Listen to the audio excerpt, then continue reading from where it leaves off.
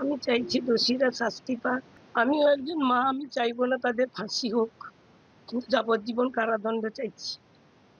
আর চাইছি যে আমরা ভারতীয় জনতা পার্টি করি বলে আমরা আজকে ক্ষমতায় আসার জন্য আমাদের সভাপতি বিরোধী দলনেতা যখন বলছেন সুশৃঙ্খল ভাবে থাকতে, তখন শাসক দলের যারা গরম গরম বক্তব্য দিয়েছিল যে 4 তারিখের পরে দিল্লির কোনো ভাব রক্ষা করতে পারবে না, সেটাই তারা দেখিয়ে দিল।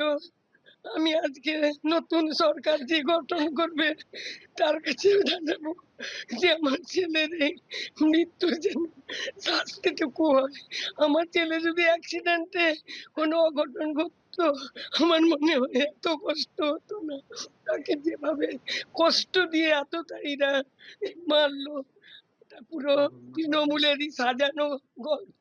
কেন শুভেন্দু বাবু মমতাকে হারিয়েছে, যার জন্য আমার মনে হয় এই প্রতিশোধ